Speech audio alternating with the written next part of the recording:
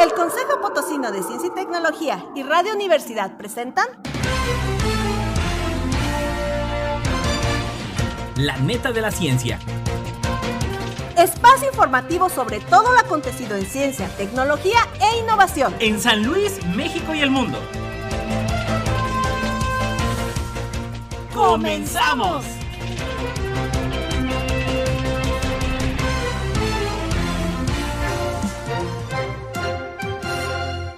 ¿Qué tal? ¿Cómo les va? Muy buenos días, bienvenidos a La Neta de la Ciencia, ya a días prácticamente, en los últimos 10 días de este 2023.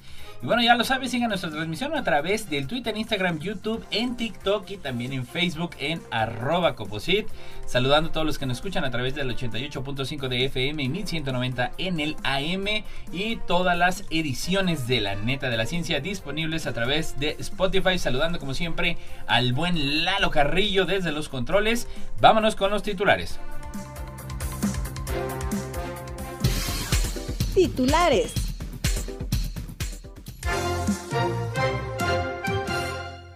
Científicos descubren por fin cómo ronronean los gatos. El estudio que revela que el cáncer de próstata se puede curar con menos sesiones de radioterapia, y el nombre cambió, que significa en el tratamiento de la enfermedad. Reducir el estrés de las células T con beta bloqueantes las hace mejores luchadoras contra el cáncer. Criptografía, las matemáticas que hacen segura la mensajería instantánea. De los hombres pájaro a los hermanos Wright, las matemáticas que nos ayudaron a surcar el aire. La meteorización de rocas emite tanto CO2 como los volcanes. Así es como los láseres están revolucionando la arqueología. Consiguen desviar rayos láser únicamente con aire. El agujero de ozono sobre la Antártida se hace inmenso de nuevo. Los asentamientos humanos en zonas inundables crecieron rápidamente en 30 años. El cambio climático amenaza a anfibios, dice estudio. Sabanas y pastizales están ayudando a frenar el calentamiento global. Un estudio revela los factores que nos hacen tener canas más allá del envejecimiento. Identifican nuevos compuestos bioactivos con posible potencial para ayudar a la lucha contra el cáncer de mama. Inédito doble implante ayuda a tetrapléjico a mover brazos. Investigan una terapia potencial para la enfermedad de Huntington. Los descubridores de los puntos cuánticos ganan el Nobel de Química 2023. Nuevas dataciones confirman que las pisadas halladas en Nuevo México tienen entre 21.000 y 23.000 años. Nobel de Física 2023 para los científicos que iluminaron el mundo de los electrones. La mecánica cuántica es una descripción muy elegante de lo que está por encima de lo que vemos. Ana María Seto, física de la Universidad Nacional Autónoma de México. Nobel de Medicina para Katalin Karikó y Drew Weissman por sus contribuciones a las vacunas ARNM contra la COVID-19. Los sesgos de la inteligencia artificial pueden pasar a las personas. El calentamiento global acelera peligrosamente la desaparición de los anfibios. Noticias internacionales.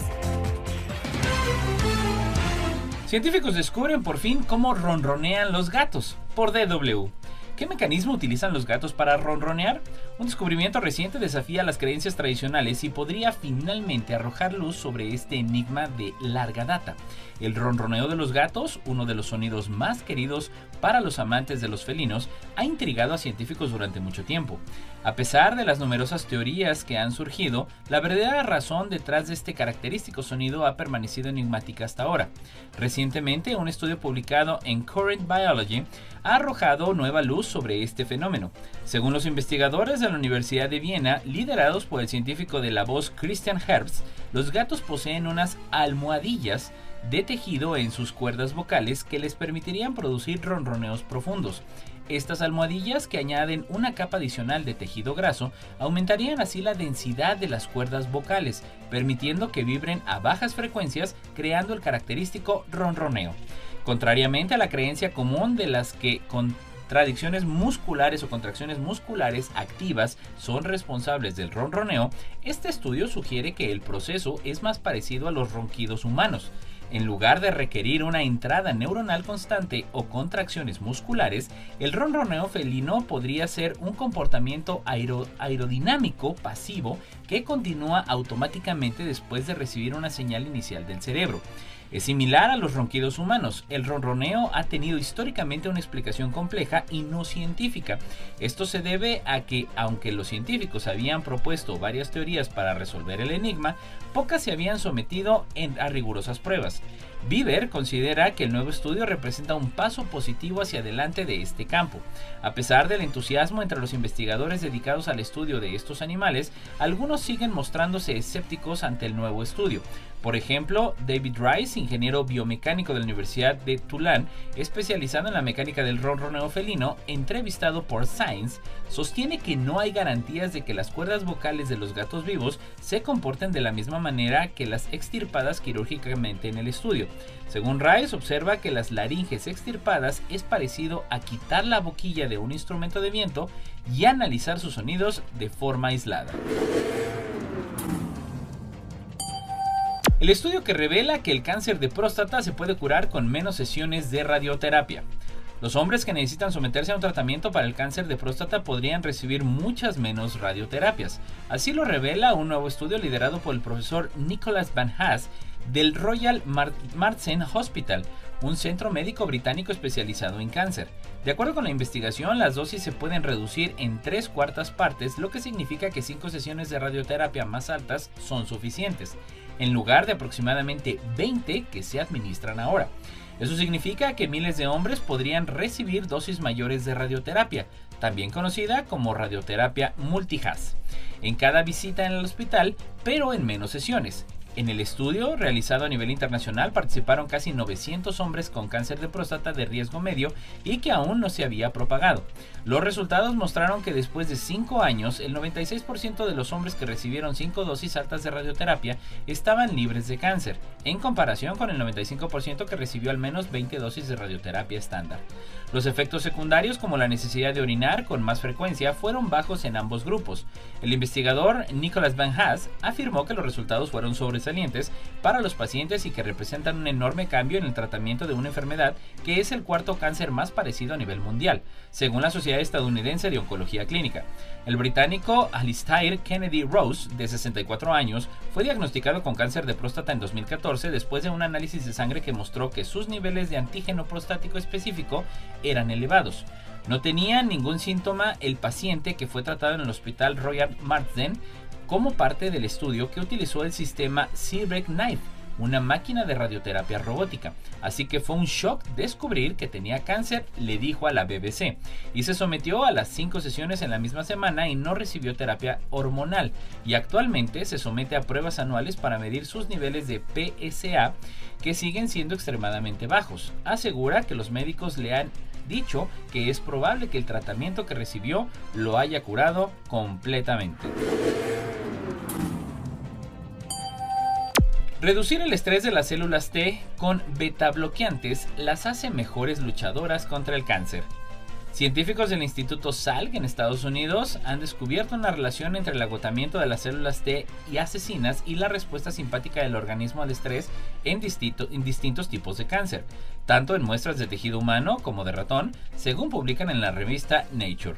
Además, el equipo declaró que la interacción entre las células T asesinas, es decir, células inmunitarias especializadas, y las hormonas de la respuesta simpática al estrés puede inhibirse con beta-bloqueantes, una clase de fármacos ya utilizados en humanos para controlar la presión arterial y la frecuencia cardíaca, para crear células T asesinas que combatan el tumor con mayor eficacia.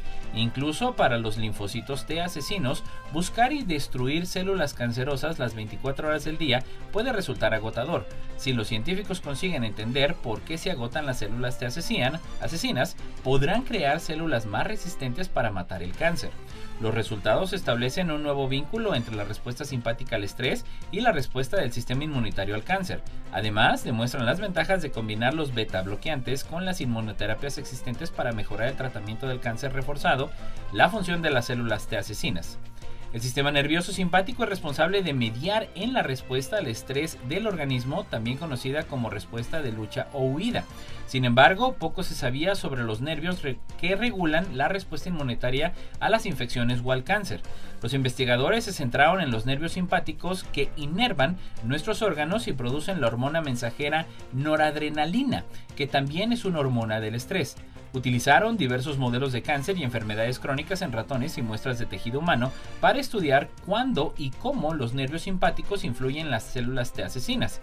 Asimismo, descubrieron que los nervios simpáticos producían noradrenalina que se unía a las células T asesinas mediante un receptor denominado ADRB1. Criptografía, las matemáticas que hacen segura la mensajería instantánea en Café y Teoremas por el país. El protocolo empleado por WhatsApp hace uso de conceptos como las curvas elípticas, el logaritmo discreto elíptico y la aritmética modular de mensajería instantánea ya señalada. Garantiza la seguridad de sus mensajes gracias a un sistema de cifrado denominado extremo a extremo. Con este método, en el que el cifrado y descifrado de los mensajes se realiza en el teléfono móvil de los usuarios y, además, las claves de cifrado se renuevan con cada mensaje, se puede asegurar que, salvo los receptores, nadie, ni siquiera la propia app, pueda leer las comunicaciones, y para ello se hace uso de conceptos matemáticos como las curvas elípticas, el logaritmo discreto elíptico y la aritmética modular. El sistema que emplea WhatsApp es simétrico, es decir, utiliza la misma clave para cifrar y descifrar los mensajes en contraposición, y son más fáciles de usar. Los asimétricos usan claves de cifrado y de descifrado diferentes. El reto para implementarlo reside en diseñar algoritmos o funciones de una sola dirección, es decir, fáciles de ejecutar, pero que a partir del resultado no sea posible computacionalmente averiguar el punto de partida. Para crear una clave secreta común, cada interlocutor elige un número que mantiene secreto y será la clave privada mediante una función de una sola dirección que produce su propia clave única. Después, cada uno realiza por su cuenta los mismos cálculos partiendo de la clave privada propia y de la pública de su interlocutor, de manera que los dos obtienen un mismo número, la clave común. Las operaciones matemáticas se realizan en aritmética modular, que tiene una ecuación bastante compleja. A partir de ella se determina la suma de veces de un punto P que se denota en dp, que es la función de una sola dirección que permite obtener las claves comunes seguras en las que se sustenta el cifrado. De los hombres pájaro a los hermanos Wright, las matemáticas que nos ayudaron a surcar el aire por el país. La trigonometría y la geometría clásica han sido fundamentales desde el diseño de los trajes voladores hasta el desarrollo de los primeros aviones. En estos momentos hay entre 8.000 y 20.000 aviones surcando el cielo simultáneamente en el mundo. Cada uno de estos vuelos es posible gracias a las matemáticas, en aspectos que van desde la planificación del consumo de combustible al diseño y mejora de los aparatos. Los primeros vehículos que permitieron al ser humano alzarse sobre la superficie terrestre, como los globos aerostáticos, dirigibles, planeadores y aviones, se sustentaron en diversos conceptos geométricos, algebraicos o analíticos. En el siglo IX, los hombres pájaros se convirtieron en precursores de la aviación. Sin un soporte teórico y únicamente con la esperanza de poder volar, abrían las alas tejidas de sus trajes y lanzaban las grandes alturas, fallando una y otra vez en el intento. Tras ellos, el primer vuelo en paracaídas, más o menos exitoso, sentaría las bases para los futuros diseñadores de aeronaves. La trigonometría y la geometría clásica desempeñaron un papel esencial en el estudio de la aviación durante este primer periodo. Permitieron a los pilotos y navegantes calcular distancias, ángulos y altitudes con mayor precisión. Las primeras aeronaves que surcaron los cielos fueron las más ligeras que el aire, que se llenan con helio o hidrógeno, de manera que su peso total es menor que el peso del aire que desplazan. Ejemplos de estas aeronaves son el globo aerostático Zeppelin. También se emplearon trabajos sobre proporciones armónicas para establecer las dimensiones de diferentes componentes de las aeronaves, como las alas, fuselajes y otros elementos, lo que dio como resultado diseños armónicos y estéticamente agradables. En los siglos XVIII y XIX, las investigaciones en geometría permitieron desarrollar perfiles de alas más eficientes. Un perfil aerodinámico en forma geométrica, normalmente curva, presente en las alas de aviones, aspas de helicópteros, alerones y timones, diseñada para optimizar el comportamiento de una superficie que interactúa con un flujo de aire, garantizando el menor arrastre posible causado por el viento. La meteorización de rocas emite tanto CO2 como los volcanes. En contra de la opinión científica establecida, la meteorización natural de las rocas actúa como emisor y no como sumidero de CO2, rivalizando con los volcanes como fuente de dióxido de carbono. Es el resultado de un nuevo estudio liderado por la Universidad de Oxford y publicado en Nature, que tiene importantes implicaciones para la modelización de escenarios de cambio climático. Las rocas contienen una enorme reseña de carbono en los antiguos restos de plantas y animales que vivieron hace millones de años. Esto significa que el ciclo geológico del carbono actúa como un termostato que ayuda a regular la temperatura de la Tierra. Por ejemplo, durante la meteorización química, las rocas pueden absorber CO2 cuando ciertos minerales son atacados por el ácido débil que se encuentra en el agua de lluvia. Este proceso ayuda a contrarrestar el continuo CO2 liberado por los volcanes de todo el mundo y forma parte del ciclo natural del carbono de la Tierra, que ha ayudado a mantener la superficie habitable para la vida durante 1.000 millones de años o más. Sin embargo, este nuevo estudio ha medido por primera vez un proceso natural adicional a la liberación de CO2 de las rocas a la atmósfera, descubriendo que es tan importante como el CO2 liberado por los volcanes de todo el mundo. El proceso se produce cuando las rocas que se formaron en antiguos fondos marinos, es decir, donde las plantas y animales quedaron enterrados en sedimentos, son empujadas de nuevo hacia la superficie de la Tierra. Por ejemplo, cuando se forman montañas como el Himalaya o los Andes. Esto expone el carbono orgánico de las rocas al oxígeno del aire y del agua, que pueden reaccionar y liberar CO2, y esto significa que las rocas meteorizadas podrían ser una fuente de CO2 en lugar del sumidero comúnmente asumido.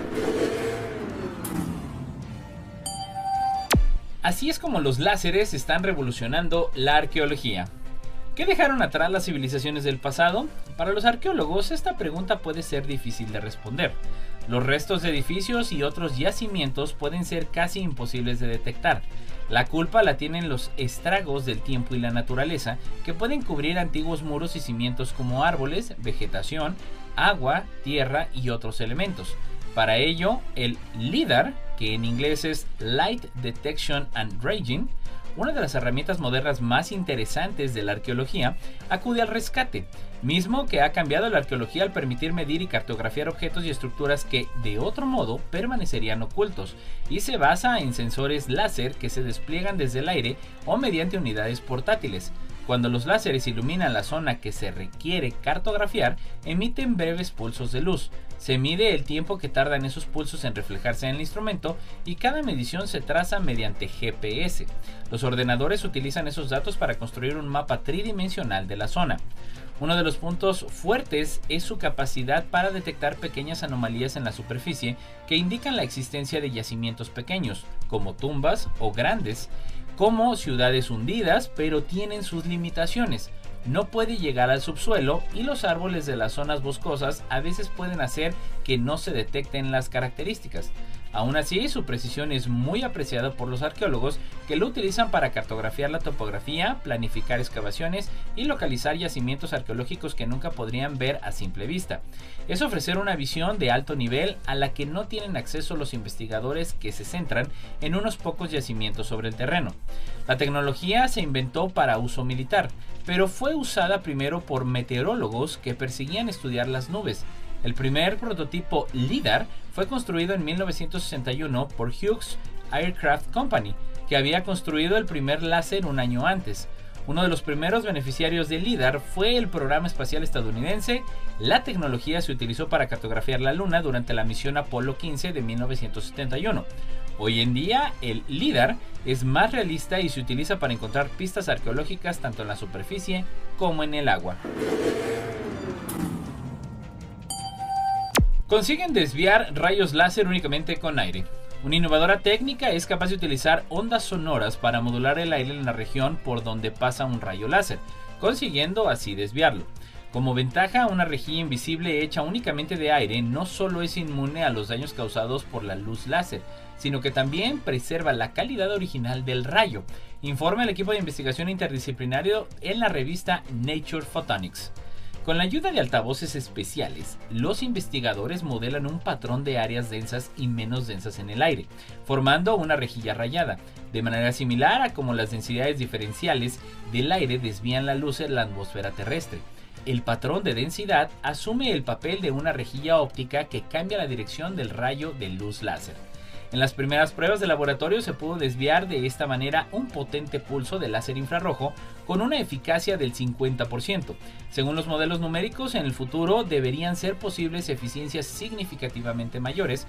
Para la primera prueba, los científicos tuvieron que subir al máximo el volumen de sus altavoces especiales a un nivel sonoro de unos 140 decibeles, lo que corresponde a un motor a reacción a pocos metros de distancia. El equipo ve un gran potencial en la técnica de la óptica de alto rendimiento. En sus experimentos, los investigadores utilizaron un pulso de láser infrarrojo con una potencia máxima de 20 gigavatios, lo que corresponde a la potencia de unos 2.000 millones de bombillas LED. Los láseres de esta clase de potencia e incluso superiores se utilizan, por ejemplo, para el procesamiento de materiales, en la investigación de la fusión y para los últimos aceleradores de partículas.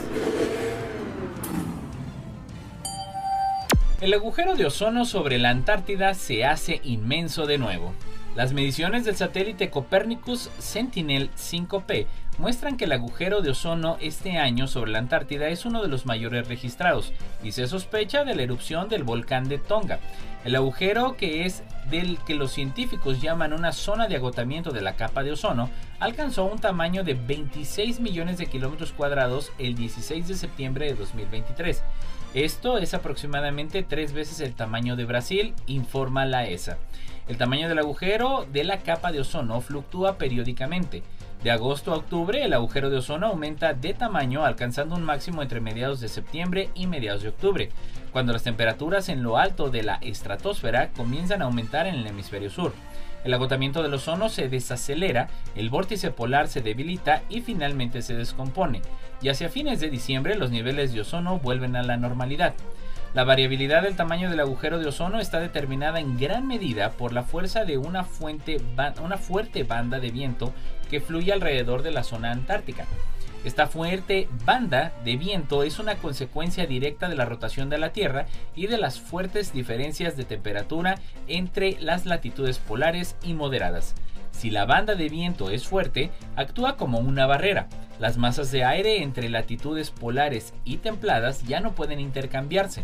Las masas de aire quedan entonces aisladas en las latitudes polares y se enfrían durante el invierno. Los asentamientos humanos en zonas inundables crecieron rápidamente en 30 años, por Crónica. Es una tendencia sobre todo en zonas de Asia Oriental, señala un estudio que publica Nature. Los asentamientos humanos en zonas expuestas a un mayor riesgo de sufrir inundaciones y que aumentaron en el mundo un 122% entre 1985 y 2015. Una tendencia sobre todo en zonas de Asia Oriental, señala un estudio que publica Nature. El equipo encabezado por Jan Reisten del Banco Mundial combinó datos de peligros de inundaciones globales con datos anuales de alta resolución sobre la huella de los asentamientos humanos para el periodo estudiado. El resultado fue que en esos 30 años los asentamientos humanos en general crecieron un 85.4% y aquellos ubicados en zonas de riesgo de inundación lo hicieron en hasta 122%. El estudio señala que la expansión humana en zonas susceptibles de alto riesgo de inundación es más rápida que el crecimiento en las áreas donde la posibilidad era baja. La dinámica de exposición a las inundaciones difiere entre regiones y países de diferentes grupos de ingresos, indica el estudio, que señala a Asia Oriental y el Pacífico como las de mayor proporción de asentamientos en las zonas con mayor riesgo.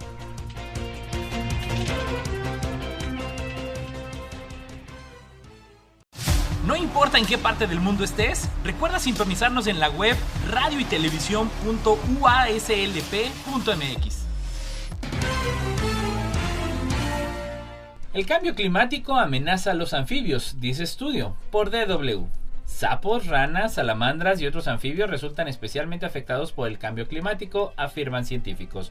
El cambio climático se ha convertido en el principal factor que incide en la extinción de los anfibios, según un estudio publicado en días pasados por la revista Nature. Animales como sapos, ranas, salamandras y otras criaturas de sangre fría, capaces de vivir en agua y en tierra, son muy vulnerables a los cambios medioambientales, ya que no tienen plumas pelos ni escamas para protegerse.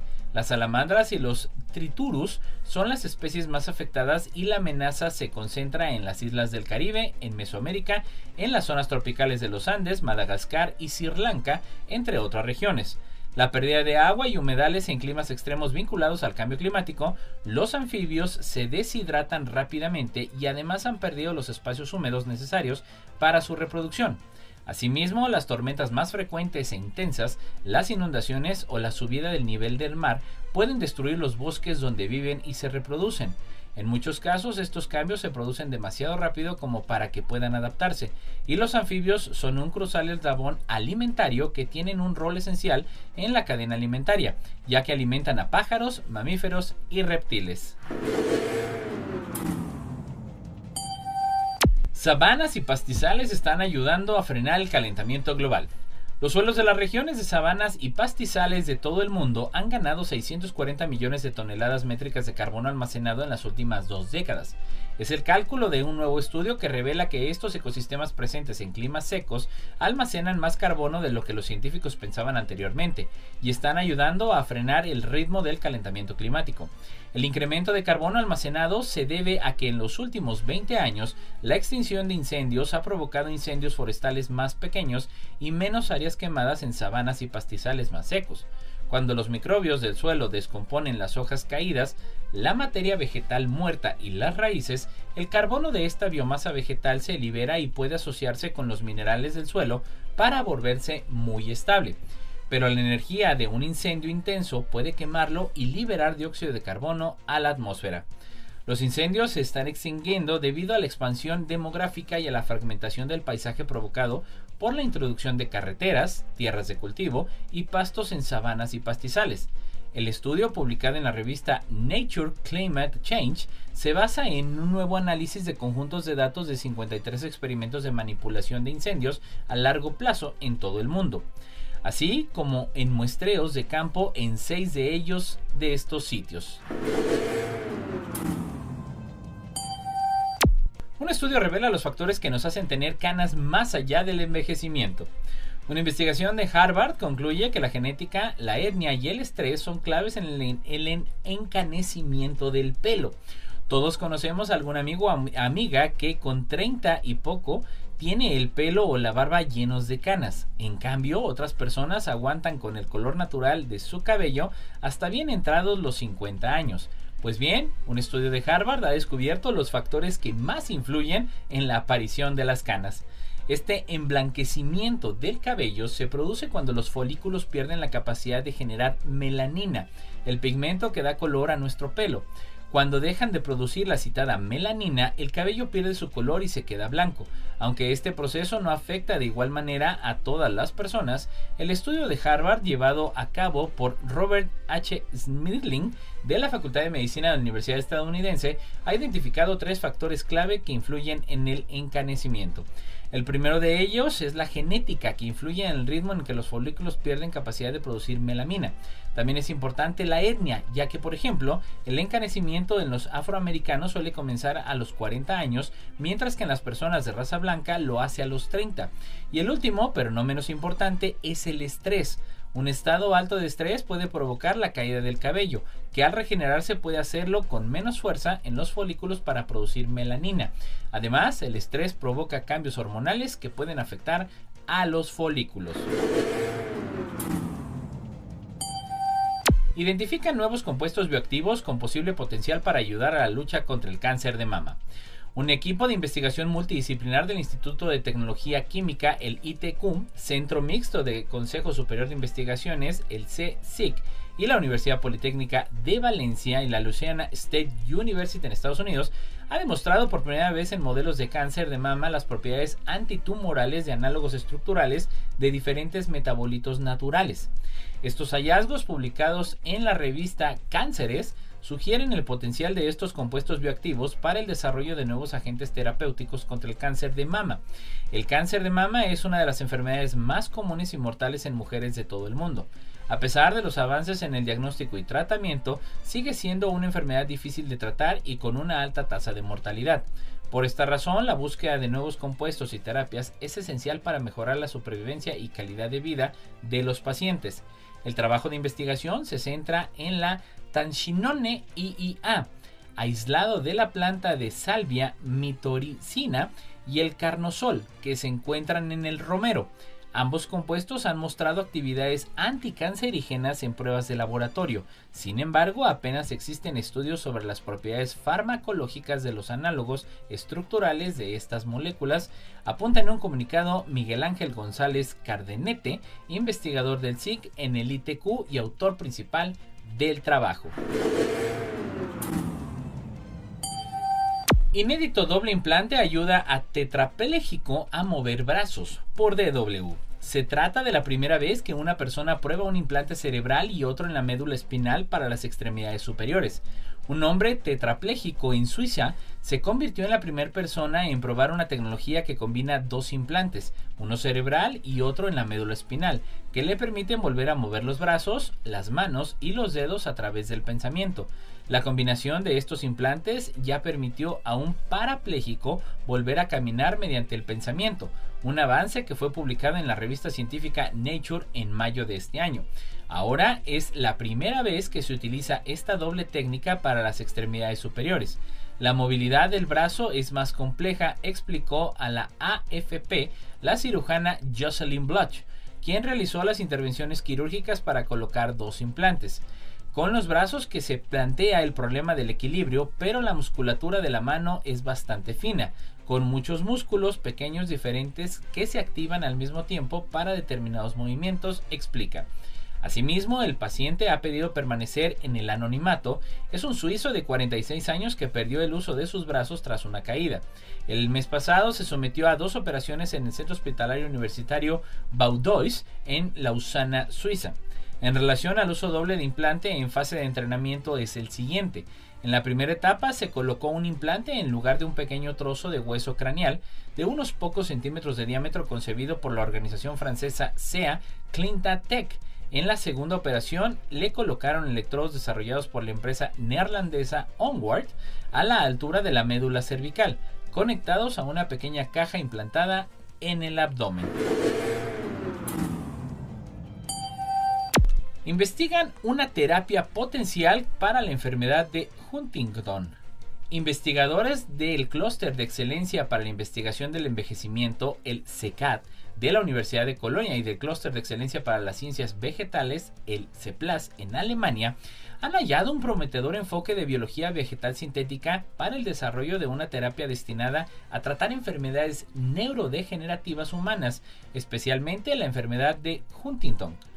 En su estudio, en el que se mostró que una enzima sintética derivada de plantas, la pepsidasa, de procesamiento estromal, reduce la aglutinación de proteínas responsables de los cambios patológicos en modelos de la enfermedad de Huntington en células humanas y el nematodo Caenorhabditis elegans. La enfermedad de Huntington forma parte de las llamadas enfermedades poliglutamínicas, de un grupo de trastornos neurodegenerativos causados por múltiples repeticiones de aminoácidos glutamínicos en proteínas específicas.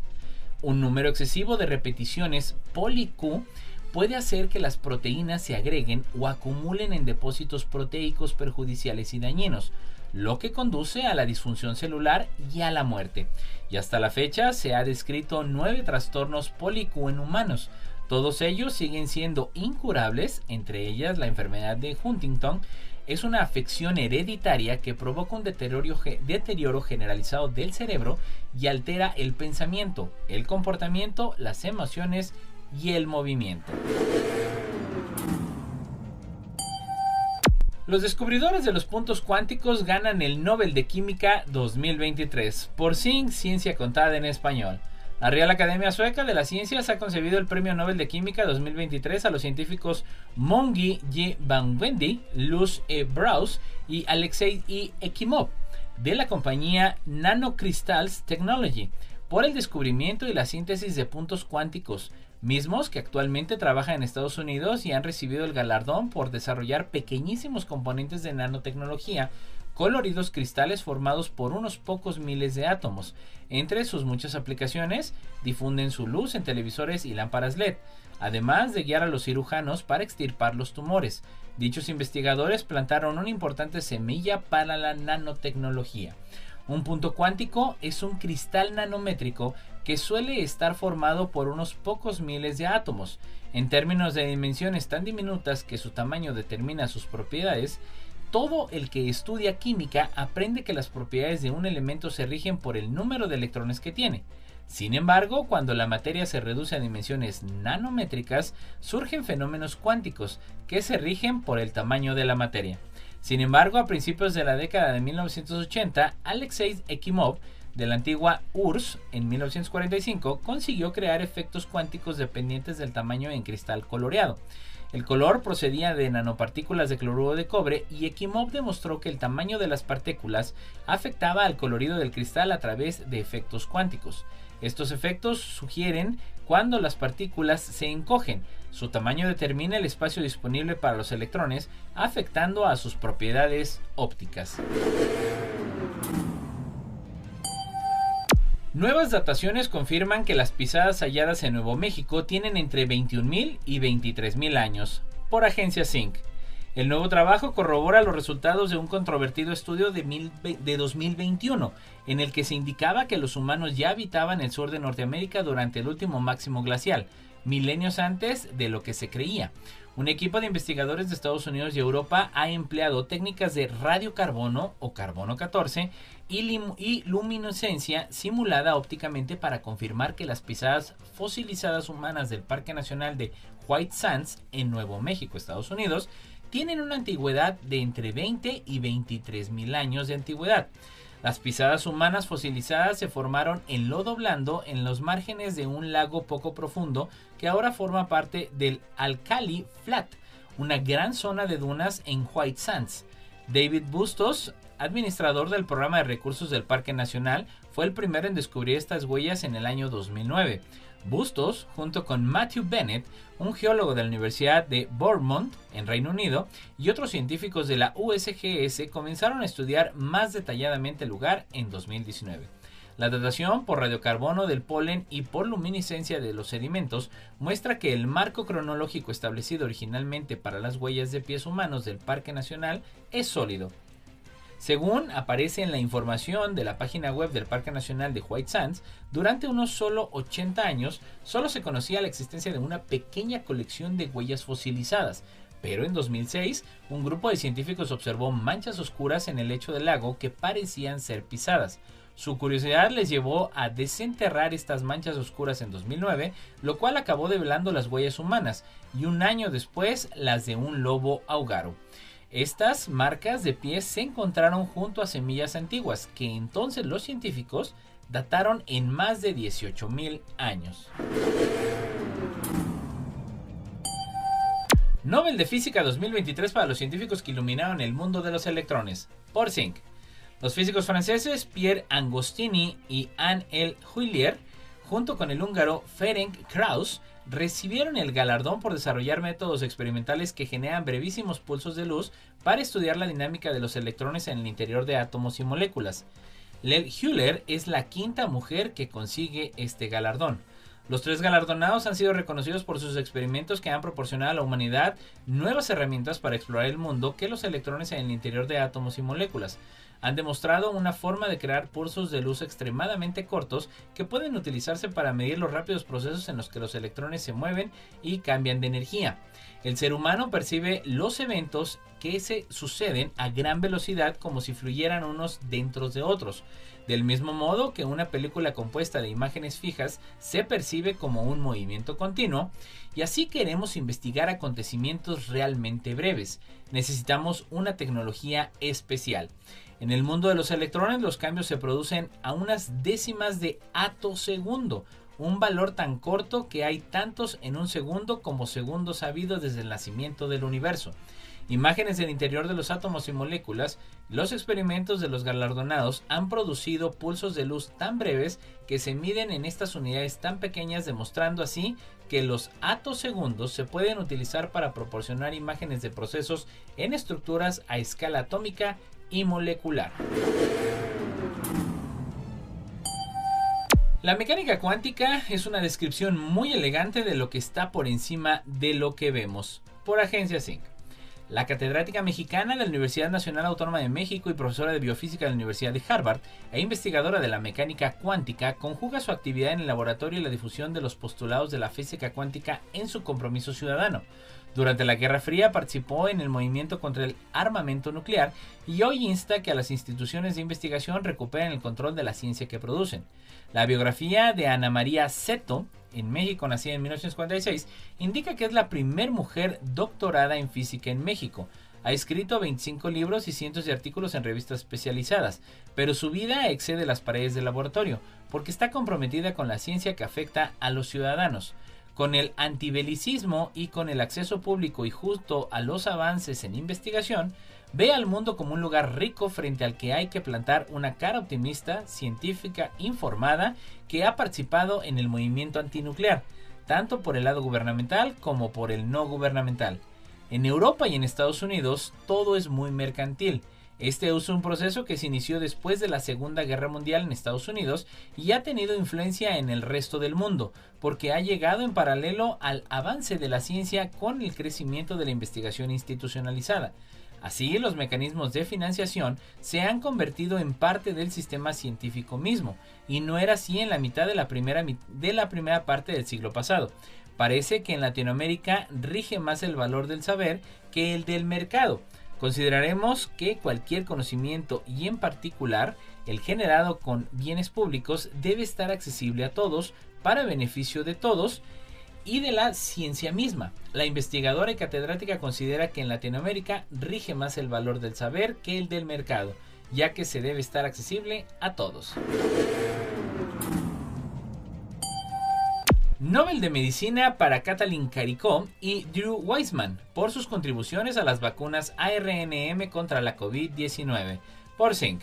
La Asamblea Nobel del Instituto Karolinska ha concedido el Premio Nobel de Medicina 2023 a la bioquímica Katalin Karikó y Drew Weissman, de origen húngaro, y al inmunólogo estadounidense, ambos investigadores de la Universidad de Pensilvania en Estados Unidos, por sus descubrimientos sobre las modificaciones de las bases de nucleósidos que hicieron posible el desarrollo rápido de las vacunas ARNM contra el coronavirus.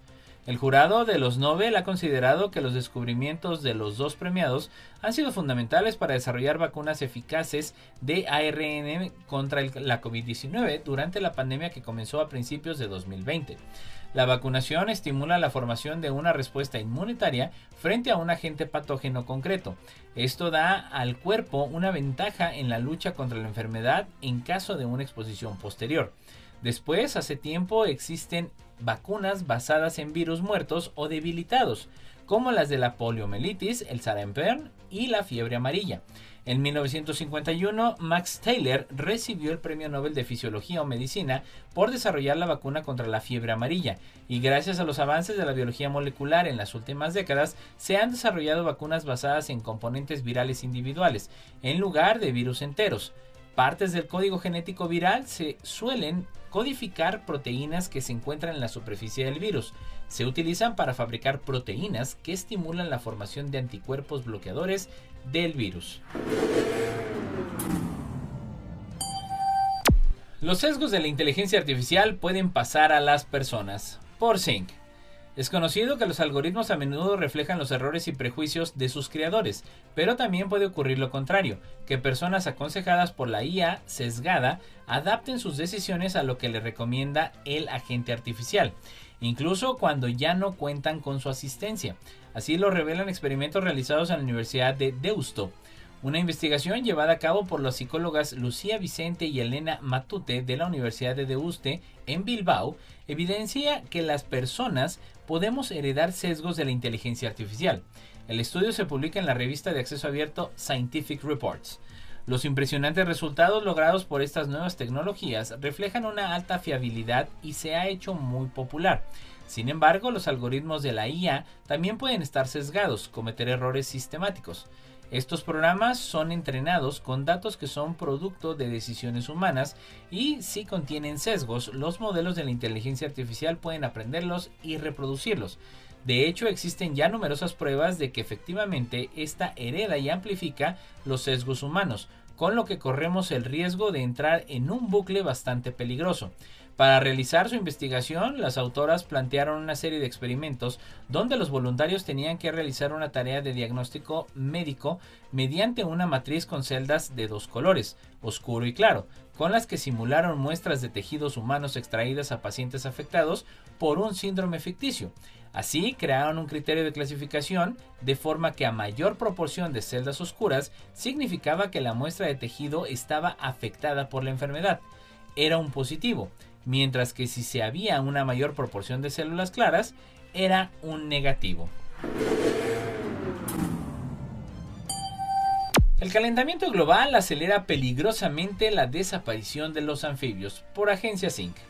Esta investigación, en la que participaban más de 100 investigadores, analiza los datos de las últimas 2 décadas recabadas en todo el mundo sobre estos animales y mantiene la destrucción de hábitats y las enfermedades emergentes, 2 efectos potenciados por la crisis climática como las causas principales del declive de estas especies.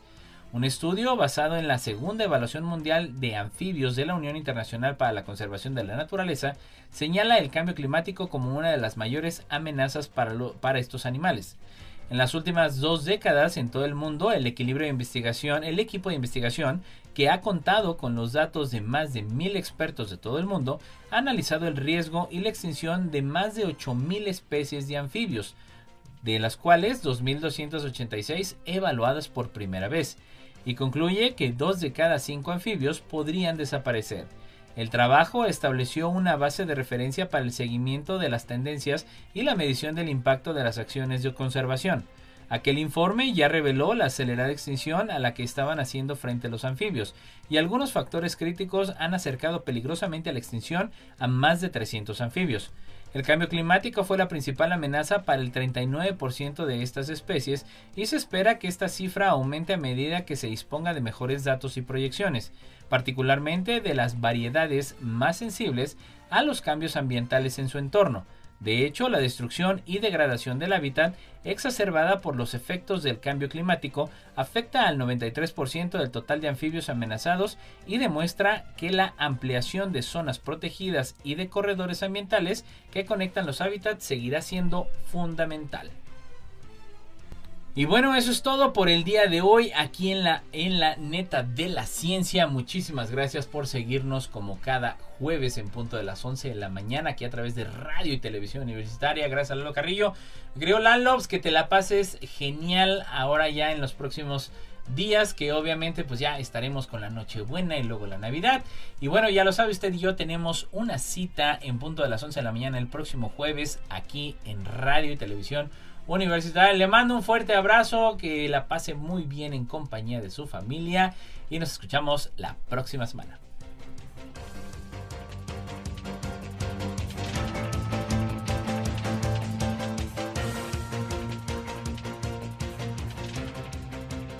Esto fue